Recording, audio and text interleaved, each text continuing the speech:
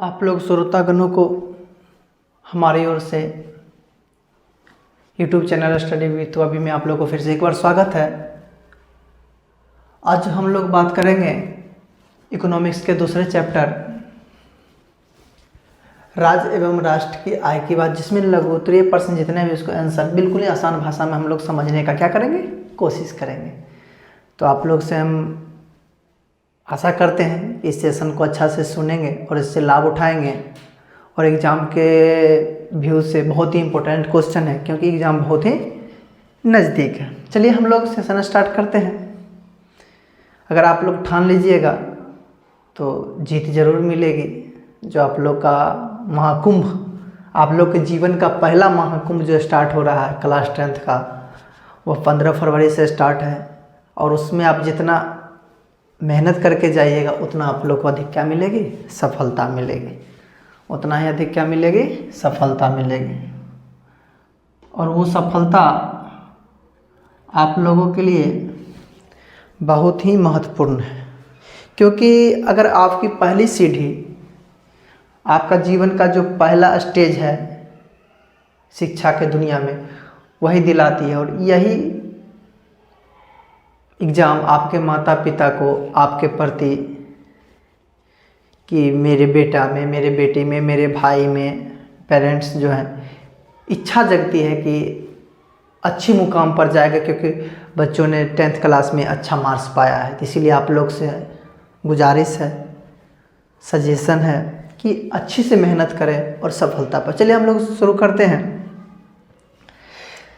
तो राज्य एवं राष्ट्र की आय में आप लोग पढ़ चुके होंगे, बस एक तरह से रिवीजन के तौर पर। और बिल्कुल ही आसान भाषा में हमने समझाने का क्या किया है, कोशिश। केवल एक बार आप ध्यान से सुनना है, आप लोग को थोड़ा सुनिएगा ध्यान से, थोड़ा समझिएगा। समझना और ये समझकर और याद कर जो कॉम्बिनेशन होता है वो बहुत ही बेहतरीन होता है, जो हमारी समझ में आज। पहला जो क्वेश्चन है, मेरा मार्कर किधर गया, चल मिल गई मार्कर। राष्ट्र एवं राष्ट्र की आय, मतलब किसी देश या राज्य में आय। तो पहला क्वेश्चन ही है आय से। तो आय किसे कहते हैं, आय। तो आप लोग आय जो एक आमदनी, आय कहने का मतलब क्या हो गया, आमदनी। आय कहने का मतलब क्या हो गया, आमदनी।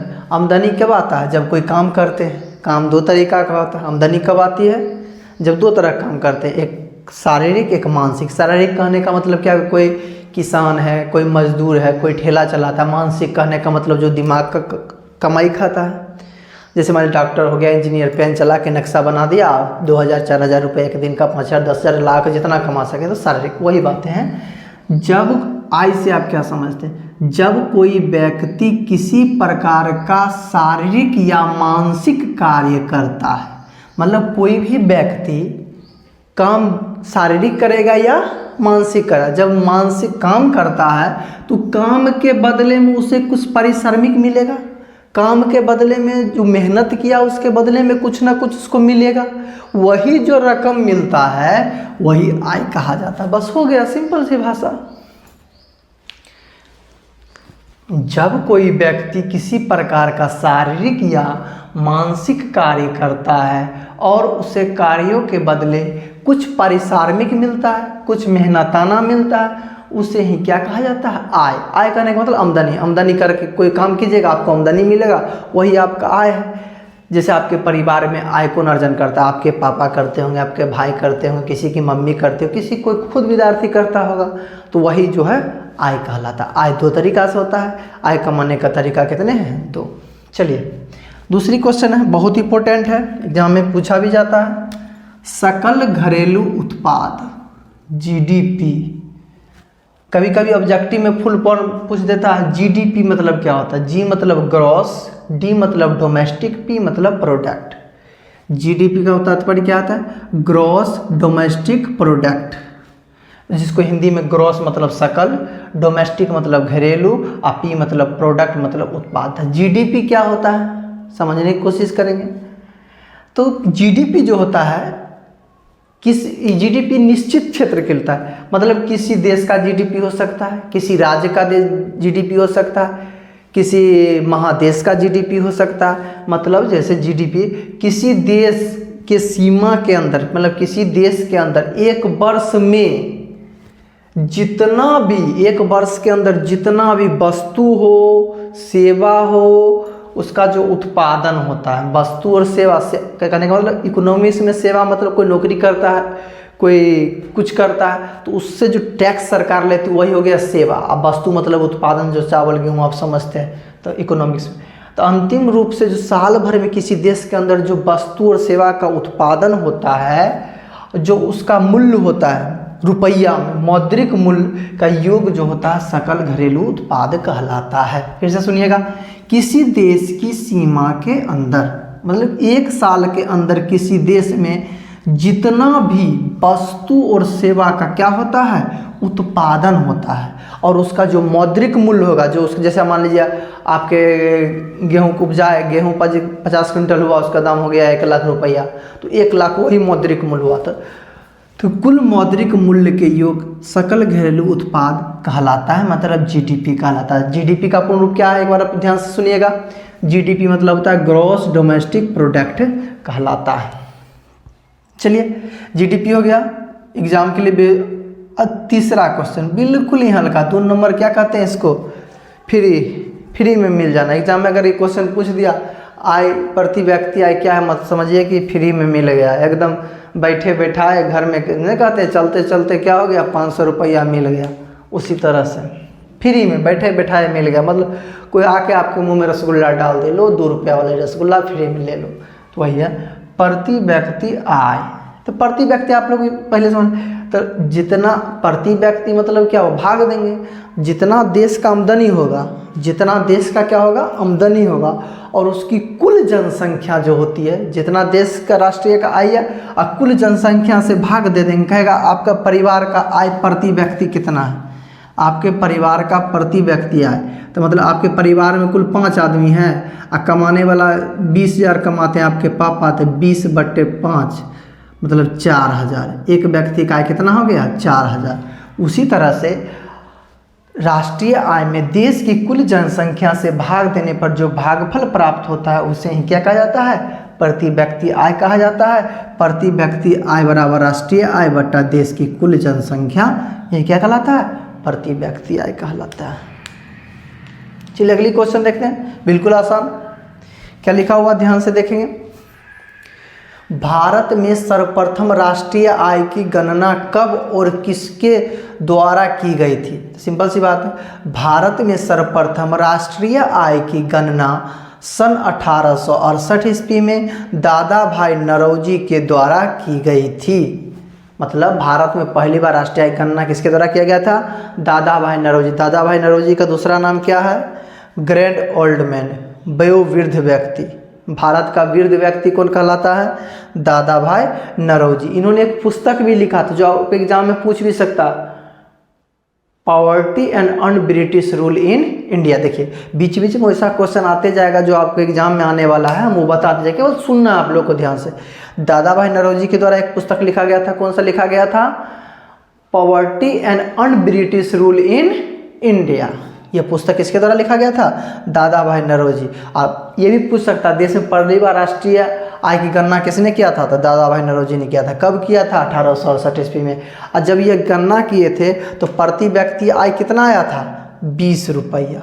दादा भाई नौरोजी पहली बार जब गणना किए थे 1868 में, भारत में प्रति व्यक्ति आय का हिस्सा कितना आया था, तो आया था 20 रुपये। समझिए एक व्यक्ति साल भर में कितना कमाता है, 20 रुपये। क्योंकि बैंक हो, हम लोग जो गांव में ब्याज लेते हैं देते हैं, महीना में लेते हैं, लेकिन सरकार या बैंक जो कोई कुछ गणना करती हो साल भर में करती है, साल भर में ब्याज लेती भी है और साल भर में ब्याज क्या करती है, देती है।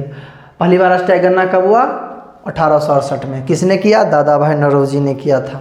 चलिए अगला क्वेश्चन हम लोग देखते हैं, बहुत इंपॉर्टेंट। हम छोटे से सेशन में आपको बहुत चीज़ें बता रहे हैं, बस ध्यान से आप लोग को क्या करना है, सुनना है। भारत में राष्ट्रीय आय की गणना किस संस्था द्वारा की जाती है, तो भारत में राष्ट्रीय आय की गणना किसके द्वारा, देखिए 2 चीज़ होता है, एक होता है योजना आयोग, एक होता है योजना आयोग। योजना आयोग की स्थापना कब हुआ था? 1950 में, मार्च में। योजना आयोग की स्थापना कब हुआ था? 1950 में। आज जब पूछेगा राष्ट्रीय केंद्रीय सांख्यिकी संगठन, तो इसका हुआ था 1951 में। इसका कब हुआ था? 51। एग्जाम में यही लोग गड़बड़ाते, 50 लगाए कि 51 लगाए, 50 लगाए कि 51 लगाए। देखिए SCO सेंट्रल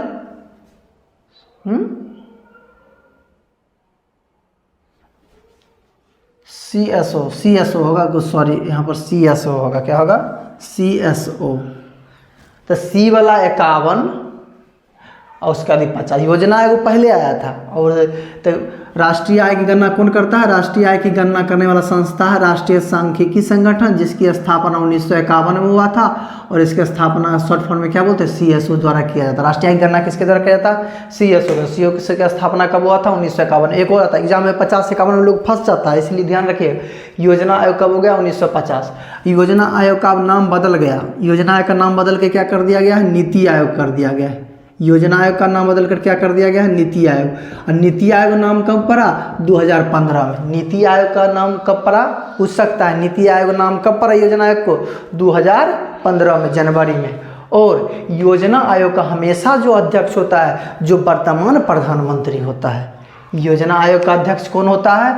जो वर्तमान प्रधानमंत्री। तभी पूछेगा नीति आयोग का अध्यक्ष कौन है? तो PM मोदी साहब। पहला योजना आयोग का पहला अध्यक्ष कौन था?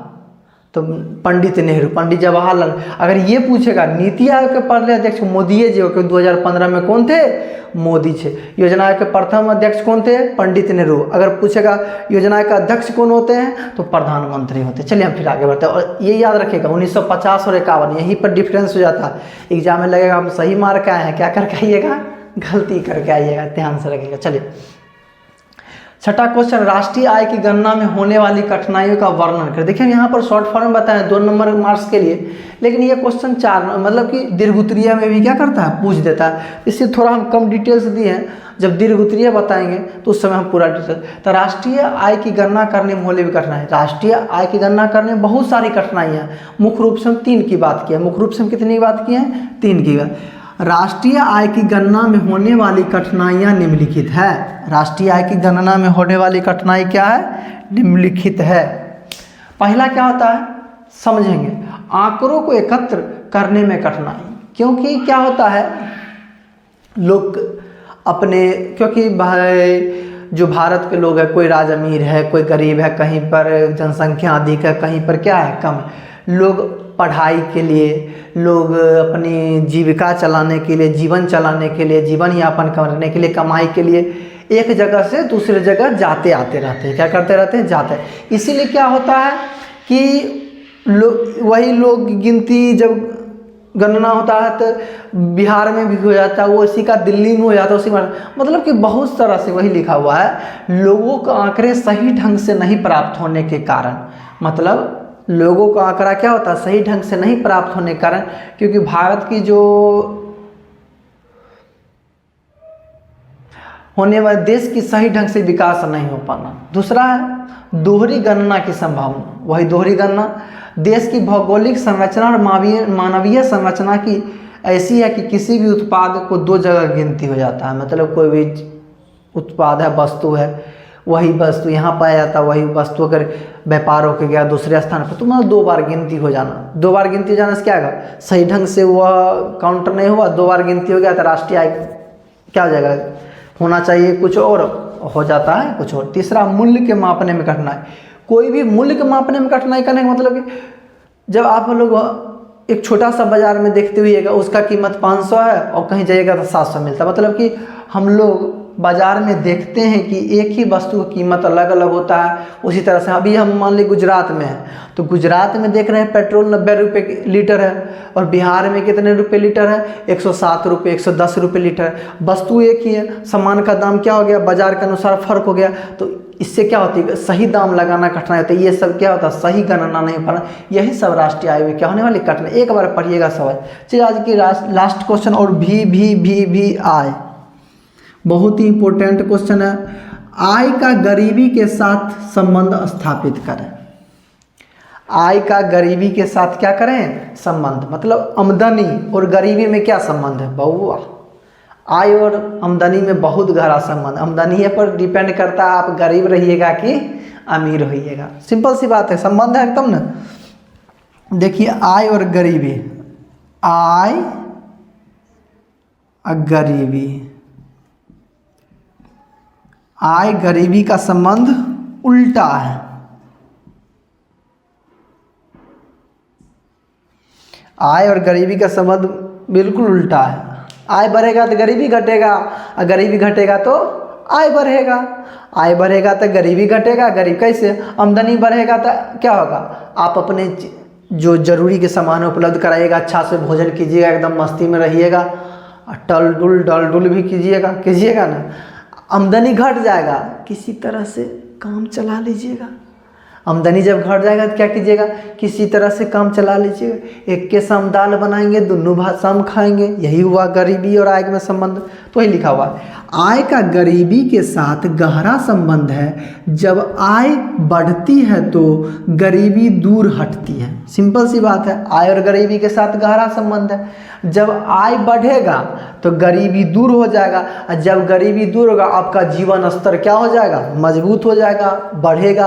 पहले 2000 का मोबाइल में काम चलता था, जैसे ही आय बढ़ेगा एकदम 25,000 का मोबाइल लेके क्या कीजिएगा, घूमिएगा एकदम मज़ा से, घर में एसी लगवा लीजिएगा, फ्रिज रख लीजिएगा, तो क्या हो गया, आमदनी बढ़ा तो गरीबी दूर हो गया। उसी तरह से जब जीवन स्तर क्या होता सुधर, अच्छा से खान पान रहन सहन आपका बदल जाए। जब आय कम जाती है तो गरीबी में बढ़ोतरी होती है, जिससे साथ जीवन स्तर नीचे चला जाता है। जब कोई व्यक्ति आमदनी कम हो जाता है तो पहले देखिए वो बाइक पर अपाची पे घूमता था, अब बेचारा क्या करेगा, हीरो होंडा पर काम चला लेता, होंडा गाड़ी स्प्लेंडर से काम चला रहा था। उसी वही बात है, मतलब जिसके साथ जीवन स्तर नीचे जाता है, मतलब आय और गरीबी, आय बढ़ेगा तो गरीबी घटेगा, गरीबी बढ़ेगा तो आय। बिल्कुल ही एक छोटा सा सेशन था, और इसमें आपका 2 लेसन का सभी लघुत्तरीय पर्सनल इकोनॉमिक्स का क्या हो गया, खत्म हो गया। अगर आपको ज़रूरत लगे तो स्क्रीनशॉट लेके रख लीजिएगा, कॉपी में नोट कर लीजिएगा, 1-2 बार पढ़िएगा तो बिल्कुल ही आपका अपना हो जाएगा। अगर ये आपका अपना हो गया तो एग्ज़ाम में एकदम पूरा 100% क्या कीजिएगा, इसको क्वेश्चन को सफाया कर दीजिएगा और एग्ज़ाम में अच्छी मार्क्स आएगी। बस आज के लिए इतना ही, और हम आप लोगों से आशा करते हैं कि चैनल को सब्सक्राइब भी करेंगे, लाइक भी करेंगे, और मौका मिले तो शेयर भी करेंगे। हम सोच रहे हैं दिन प्रतिदिन सुधार हो वीडियो में, हम अपनी तरफ से पूरी कोशिश करेंगे कि वीडियो में क्या हो, सुधार हो। आज के लिए बस इतना ही, बस अपना प्यार बनाए रखें। जय।